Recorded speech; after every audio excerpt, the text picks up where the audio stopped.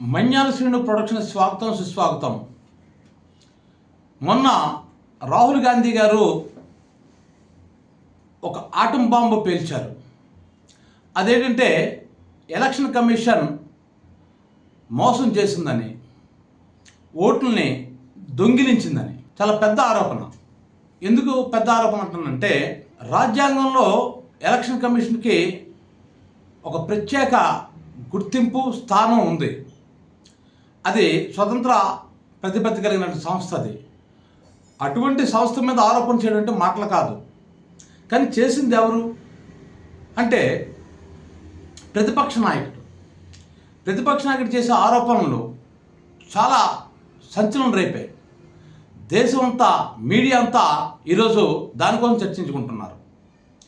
అయితే రాహుల్ గాంధీ ఆరోపణలు నిజముందా, లేదు కేవలం ఏదో మభ్యపెట్టడం కోసం మాట్లాడుతున్నాడా అంటే, అంత స్థాయి నాయకుడు ఒక ఆరోపణ చేశాడంటే ఊరకన చేయడు. ఎందుకంటే తేడా వస్తే కాన్సిక్వెన్సెస్ ఎలా ఉంటాయో, పరిణామాలు ఎలా ఉంటాయో తెలియనంత అమాయకుడు కాదు రాహుల్ గాంధీ. అదే మామూలు చిన్న చితక పార్టీ కాదు. ఈ దేశాన్ని మొట్టమొదటి నుంచి ఇంతవరకు అంటే చాలా సంవత్సరాల పాటు ఏలినటువంటి కాంగ్రెస్ పార్టీ ప్రతిపక్ష నాయకుడు పార్లమెంట్లో. మరి అటువంటి వ్యక్తి చేసే ఆరోపణల్లో అబద్ధం ఉంటుందా అనడానికి కుదరదు. ఎందుకంటే ఆయన కొన్ని కోట్ల మంది భారతీయుల చూస్తుండగా ఒక ప్రెస్ మీట్లో ఆయన మొత్తం అంతా వివరించాడు.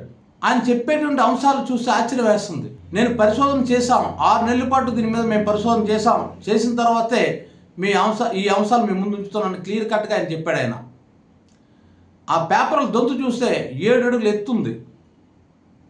7 అడుగుల దొంతు పేపర్ల నుంచి మొత్తం మ్యాటర్ సేకరించి నిజాల్ని ప్రజల ముందు పెట్టాడు. అందులో చాలా చిత్రాలు జరిగాయి. ఒక సింగిల్ బెడ్రూమ్ ఇంటి నుంచి దాదాపుగా 40 ఓట్లు 80 ఓట్లు ఇలా వచ్చాయి. ఇలా 5 రకాలుగా ఎలక్షన్ కమిషన్ మోసం చేసింది. అంటే తండ్రి పేరు దగ్గర ఏం లేకుండా ఒక ఓటర్ కార్డు అయితే మరీ ఘోరంగా ఉంది. తండ్రి పేరు దగ్గర ఏదో WXY ఏదో ఒక ఇంగ్లీష్ అక్షరాలు రాశారు. మరి అదేవిధంగా కొన్ని చోట్ల హౌస్ నెంబర్ 0 ఇచ్చారు. 0 హౌస్ నెంబర్ ఉండడం నేను ఇంతవరకు చూడలేదు. మరి అదేవిధంగా ఒక వ్యక్తి 4-5 రాష్ట్రాల్లో ఓట్లు వేసాడు. ఇలా ఎన్నో ఆరోపణలు చేశాడు. అదేవిధంగా ఒక్కసారి 5-6 నెలల కాలంలో 1 కోటి ఓటర్స్ ఎక్కువ అయ్యారని, అలాగే ఫామ్ 6 అంటే సాధారణంగా మనం కొత్తగా ఓటు నమోదు చేసుకొని ఫామ్ 6 నింపి ఇవ్వాలి. అందులో 70 సంవత్సరాల వ్యక్తి కూడా ఉన్నాడని, ఇలా ఎన్నో ఆరోపణలు చేయడం కాదు, ఆధారాలు కూడా చూపించాడు. అయితే దీనికి ఎలక్షన్ కమిషన్ ఏం చెప్పిందంటే, నువ్వు ప్రమాణం చేసి ఓటు తీసుకొని కంప్లైంట్ ఇయ్యి అంటుంది. అది గొప్ప ఆశ్చర్యం వేస్తుంది. అంతా ఎలక్షన్ కమిషన్ నుంచి సేకరించినటువంటి సమాచారంతో ఆయన ప్రెస్ మీట్ పెడితే తిరిగి ఓటు తీసుకోమంటుంది. అంటే ప్రమాణం చేసి రమ్మంటుంది. పూజలు చేసి యాగాలు చేసి రమ్మంది కాదు. అది అర్థం కాలేదు అసలు. మన మీద ఒక ఆరోపణ చేసినప్పుడు ఖచ్చితంగా ఇది తప్పు, నువ్వు చెప్పిన తప్పు నువ్వు నిరూపించుకుంటే అయిపోయింది కదా. నువ్వు ఇచ్చిన సమాచారమే కదా, ఎలక్షన్ కమిషన్ ఇచ్చిన సమాచారమే కదా, మరి ఎందుకు నిరూపించుకోలేకపోతుంది? ఇలా చూసుకున్నట్లయితే మొట్టమొదటి నుంచి కూడా ఇది అనుమానాస్పదంగానే ఉంది. అంటే రాహుల్ గాంధీ చేసిన నిజాలా, కొన్ని భ్రమలు కూడా ఉండొచ్చు. అక్కడ 1 కోటి మంది ఎందుకు, ఫర్ ఎగ్జాంపుల్ ఒక నియోజకవర్గంలో 1 లక్ష మంది ఎందుకు ఎక్స్ట్రా చేరారంటే చేరవచ్చు కాక, కొత్తగా అక్కడికి వచ్చి ఉండవచ్చు కదా ప్రజలు.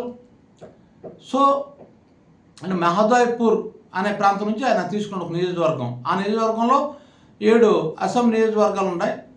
అందులో 6 కాంగ్రెస్ పార్టీకి మెజార్టీ వచ్చింది. ఒకే చోట మాదేపూర్ అనేటువంటి ఈ నియోజకవర్గంలో, అసెంబ్లీ నియోజకవర్గంలో ఒక్కసారి 1,00,000 పైన ఓట్లు ఎక్స్ట్రా వచ్చాయి. అక్కడ డౌట్ వచ్చింది వాళ్ళకి. దట్టు ఇప్పుడు అక్కడ అధికారం ఉన్న పార్టీ కాదు, అధికారం ఉన్న పార్టీకి అయితే యాంటీ ఇన్కంబెన్స్ వస్తుంది, అంటే కొంత వ్యతిరేకత వస్తుంది అనుకోవడానికి. అపోజిషన్ పార్టీ అంతకుముందు జరిగినటువంటి అసెంబ్లీ ఎన్నికల్లో, పార్లమెంట్ ఎన్నికల్లో వచ్చేటువంటి ఓట్ల కంటే ఇప్పుడు తేడా వచ్చిందని చెప్పేసి ఇది అంటున్నారు. నేను చెప్తుంది ఇవన్నీ పక్కన పెట్టండి. మహదేవ్పూర్ ఇంకోటి దీని గురించి అసలు చర్చ అనవసరం.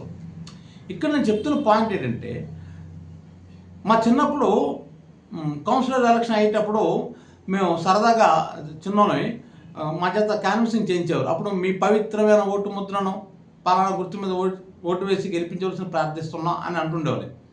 అంటే పవిత్రమైనది ఓటు హక్కు అన్నది అమూల్యమైన, పవిత్రమైన అనే పదాలు వాడేవాళ్ళం అనమాట. అంటే ఓటు హక్కు చాలా పవిత్రమైనది.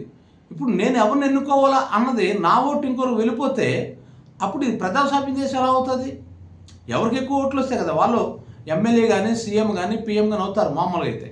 అఫ్కోర్స్ ఎమ్మెల్యే అందరూ కలిపి సీఎంని ఎన్నుకుంటారు, ఎంపీలు అందరూ కలిపి పీఎంని ఎన్నుకుంటారు. కానీ ఆ ప్రతినిధిని మనం ఎన్నుకుంటున్నాం కదా.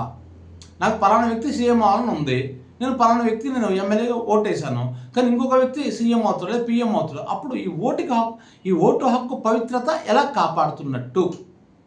అంతేకాకుండా election commission fair election conduct చేయాలని ఒక ఇది ఉంది కదా.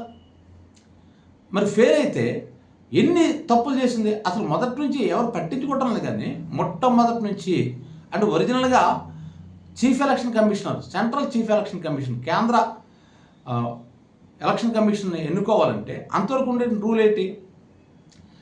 ప్రధానమంత్రి ఉండాలి, ప్రతిపక్ష నాయకుడు ఉండాలి, చీఫ్ జస్టిస్ ఆఫ్ ఇండియా ఉండాలి. కానీ మొన్న ఏం చేశారు? చీఫ్ జస్టిస్ ఆఫ్ ఇండియాని తప్పించేశారు ఒక బిల్లు పెట్టి పార్లమెంట్లో. తప్పించి ఏం చేశారు? హోమ్ మినిస్టర్ని పెట్టారు. హోమ్ మినిస్టర్ ఎవరంటే అమిత్ షా, ప్రధానమంత్రి మోడీ, ప్రతిపక్ష నాయకుడు ఖర్గే అనుకుందాం. ఇప్పుడు వీళ్ళు ముగ్గురు కలిపి ఇచ్చేస్తే ఆ ఎలక్షన్ కమిషన్ నాకు ఇష్టం లేదు అనేటువంటి ప్రతిపక్ష నాయకుడు అనే మాట చెల్లుతుందా? అటు మోడీ, ఇటు అమిత్ షా. అఫ్కోర్స్ అక్కడ ప్రధానమంత్రి స్థానంలో ఎవరున్నా సరే వాళ్ళిద్దరూ అంటే ఎవరు కావాలనుకున్నప్పుడు ఎక్కువ ఓట్లు ఎవరు పడితే వాళ్ళని కదా సెలెక్ట్ చేస్తారు. సో అలాంటప్పుడు ప్రధానమంత్రి, హోమ్ మినిస్టర్ ఒకే పార్టీ వాళ్ళు కదా, వాళ్ళిద్దరు కలిపి వాళ్ళకి ఓటేస్తారు కదా. అప్పుడు ప్రతిపక్ష నాయకుడికి ఏం హక్కు ఉంటుంది? ఇంతకుముందు చీఫ్ జస్టిస్ ఆఫ్ ఇండియా ఉండేవాడు, ఆయన ఎందుకు తీశారు? హోంమంత్రిని ఎందుకు పెట్టారు అన్న కాంచి స్టార్ట్ అయింది. మీరు గమనిస్తే లాస్ట్ ఎలక్షన్లో సెకండ్ ఎలక్షన్ కమిషనరు రిజైన్ చేశాడు. ఆయన ఎందుకు చేశాడు ఎవరికి తెలియలేదు. సో ఇలా చూసుకున్నట్లయితే మనం గమనిస్తే అక్కడి నుంచి స్టార్ట్ అయింది. అంతేకాకుండా వీవీప్యాట్లో ఉండేటువంటి ఆ రిసీట్లన్నీ కూడా 40 రోజుల పాటు ఉంచాలి. ఎందుకు ఉంచలేదు? అదొకటి. నెక్స్ట్ రాహుల్ గాంధీ చేస్తున్న డిమాండ్ ఏంటంటే మాకు డిజిటల్ ఇవి ఇవ్వమని అంటున్నాడు. కానీ వీళ్ళు ఏం చేశారు? పేపర్ రూపంలో ఇచ్చారు. ఇవి స్కాన్ చేయడం కూడా అవ్వటం లేదు. అంటే 6 నెలల పాటు దాదాపు 40 మంది కష్టపడితే విషయాన్ని పైన పడ్డాయి అంటున్నారు. అసలు ఇంత అనుమానాస్పదం ఎప్పుడూ రాలేదు. కేతిరెడ్డి నియోజకవర్గం ధర్మవరంలో చూసుకున్నట్లయితే ఒక పోలింగ్ స్టేషన్లో ఒక ఓటే పడ్డదట. ఇక్కడ జాగ్రత్త గమనిస్తే ఎంపీకి సంబంధించి, ఎమ్మెల్యేకి సంబంధించి ఏజెంట్లు ఎవరు నియమిస్తారు? ఎమ్మెల్యే నియమిస్తాడు. ఎమ్మెల్యే ఎవరు నియమిస్తాడు? ఎవరైతే బాగా నమ్మకం వాళ్ళు నియమిస్తాడు. సో అలాంటప్పుడు ఏజెంట్ ఉంటాడు, ఎమ్మెల్యే ఏజెంట్ ఉంటాడు, అతను రిలీవర్ ఉంటాడు, ఎంపీ ఏజెంట్ ఉంటాడు, అతను రిలీవర్ ఉంటాడు. కానీ ఆ 4 ఓట్లు పడతాయి కదా, ఒక ఓటు పడడం ఏంటి? అలాగే హిందూపూర్లో కానీ మనం చూసుకున్నట్లయితే అక్కడ కూడా ఒక పోలింగ్ స్టేషన్లో ఎక్కడైతే వైసీపీ కార్పొరేట్ ఉన్నటువంటి పోలింగ్ స్టేషన్లో ఒక్క ఓటే పడిందట. అది ఆశ్చర్యం వేస్తుంది. అంటే కనీసం కార్పొరేట్ భార్య పిల్లలైనా వేస్తారు కదా, ఏజెంట్ అయినా వేస్తారు కదా. ఇవన్నీ అనుమానాలకు దారితీశాయి. అందుకని బ్యాటరీ ఛార్జింగ్ కూడాను అన్ని రోజులు గ్యాప్ తర్వాత చూసుకున్నా సరే కనీసం ఛార్జింగ్ తగ్గలేదు. కొన్ని చోట్ల 100%, కొన్ని చోట్ల 98% ఉందని వార్తలు వస్తున్నాయి. ఇవన్నీ చూసి ఎలక్షన్ కమిషన్ మీద నమ్మకం కోల్పోయే పరిస్థితి వస్తుంది. ఎలక్షన్ కమిషన్ మీద నమ్మకం కోల్పోవడం అంటే అర్థం ఏంటో తెలుసా? ప్రజాస్వామ్యం మీదే మనం నమ్మకం కోల్పోయినట్లు. ఇక్కడ బాబాసాహెబ్ అంబేద్కర్ గారు ఈ రాజ్యాంగ పరిషత్ దీంట్లో మాట్లాడుతూ ఆయన ఇచ్చినట్టు ఒక స్టేట్మెంట్ మనం జ్ఞాపించుకోవాలి. ఏంటంటే ఈ రాజ్యాంగం మించిదైనప్పుడు కూడా దీన్ని అమలుపరిచిన వాళ్ళు కానీ చెడ్డదైతే ఈ రాజ్యాంగానికి విలువ ఉండదు. ఈ రాజ్యాంగంలో ఏం తప్పు ఒప్పులు ఉన్నప్పుడు కూడా అమలుపరిచిన వాళ్ళు గొప్ప వ్యక్తులైతే ఈ రాజ్యాంగం విలువ పెరుగుతుంది అని బాబాసాహెబ్ అంబేద్కర్ చెప్పిన మాటలు ఇక్కడ మనం గుర్తుంచుకోవాలి. ప్రతి ఒక్కరూ మనం ఆ మాటలు మనం గుర్తుంచుకుంటే మనకు అర్థమవుతుంది. ఎందుకంటే ఒక ప్రజాస్వామ్య దేశాన్ని ఇంత ఘోరంగా మోసం చేస్తున్నారు. అయితే ఇది మోసం అయితే సుమా. నేనంటుంది ఏంటంటే రాహుల్ గాంధీ ఇచ్చినటువంటి ఆ ప్రెస్ మీట్కి ఆన్సర్గా ఏం చెప్తున్నారు? ప్రమాణం చేయమంటున్నట్టు అర్థం కావట్లేదు. ప్రమాణం చేయడం ఏంటి? అసలు మీరు ఇచ్చిన ఇదే కదా చూపిస్తున్నారు. మీరు ఒకసారి రెక్టిఫై చేసుకుని తెలిసిపోద్ది కదా. ఇంకో విషయం, ఇక్కడ రాహుల్ గాంధీ చేసిన ఆరోపణ మామూలు ఆరోపణ కాదు. అవి కానీ తప్పైతే రాహుల్ గాంధీ ఖచ్చితంగా దేశద్రోహం కింద ఆయన అరెస్ట్ అవుతాడు. ఎందుకంటే ఒక ప్రజాస్వామ్య దేశాన్ని, ముఖ్యంగా ఈ స్వయం ప్రతిపత్తి కలిగినటువంటి భారత ఎన్నికల సంఘాన్ని అతను అనుమానించి ఆరోపణలు చేస్తున్నాడు. అదేవిధంగా ఒకవేళ కనుక నిజమైతే క్షమించరాని నేరం చేసినట్లు ఎలక్షన్ కమిషన్ క్షమించరాని నేరం చేసినట్లు. కాబట్టి ఈ వాస్తవాలు ప్రజలకు చెప్పండి. ఎలక్షన్ కమిషన్ ఏదో అవతల వ్యక్తి ఆరోపణ చేసిన వ్యక్తి మామూలు వ్యక్తి కాదు. భారత పార్లమెంట్లో ప్రతిపక్ష నాయకుడు. ఆయన చేస్తున్న ఆరోపణలు మీరు ఎందుకు జవాబు చెప్పలేకపోతున్నారు? ఎందుకు వీవీప్యాట్లు ఇవన్నీ మీరు స్లిప్లు కాల్ చేశారు, డిస్ట్రాయ్ చేశారు? అదేవిధంగా సీసీ ఫుటేజ్లు ఎందుకు మీరు డిస్ట్రాయ్ చేశారు? ఇవన్నీ కూడా చాలా అనుమానాలు త్రావస్తుంది. కాబట్టి భారతదేశ ప్రజలకి తమ దేశం మీద గౌరవం, తమ ప్రజాస్వామ్య దేశం మీద ప్రేమ ఇవి పోకుండా ఉండాలి అంటే ఇమీడియట్ ఎలక్షన్ కమిషన్ తక్షణం నిరూపించుకోవాలి. నేనైతే రాహుల్ గాంధీ తప్పైతే బాగున్నాను అనుకుంటున్నాను. ఎందుకంటే దేశం మీద మనకి గౌరవం పోద్ది, వ్యవస్థ మీద గౌరవం పోద్ది. ఆయన చెప్పింది నిజమైతే. అది అబద్ధమైతే ఒక రాహుల్ గాంధీ లాంటి నాయకుడు, ఒక పరిమాణ నాయకుడు వ్యవస్థ మీదే మచ్చ తెచ్చాడు, వ్యవస్థ మీద ఆరోపణలు చేశాడు అని ఏదో 4 విమర్శలు చేసి ఊరుకోవచ్చు. కానీ అదే రివర్స్ అయితే మాత్రం ఈ ప్రజాస్వామ్య దేశం మీద మనకు నమ్మకం కోల్పోతాం.